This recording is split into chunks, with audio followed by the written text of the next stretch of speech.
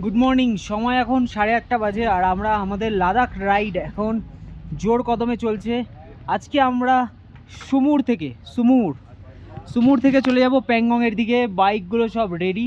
আর সুমুর থেকে বেরিয়ে 21 kilometre 21 kilometre travel করে আমরা চলে এসেছি টি মোড়ের সামনেই। এখানে পেট্রোল পাম্প আছে ইন্ডিয়ান অয়েলের পেট্রোল পাম্প থেকে আমরা প্রত্যেকটা বাইকে পেট্রোল ভরে জাস্ট তার অপোজিটে একটা রেস্টুরেন্টে আমরা আমাদের ব্রেকফাস্ট করেছি। ব্রেকফাস্টে ছিল আলুর পরোটা আর দই আর কফি।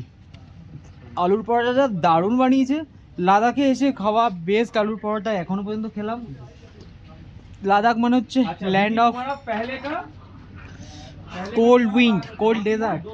তো কোল্ড ডেজার্টের মধ্যে এসেও এরকম সুন্দর আলুর পরোটা এই ফার্স্ট খেলাম।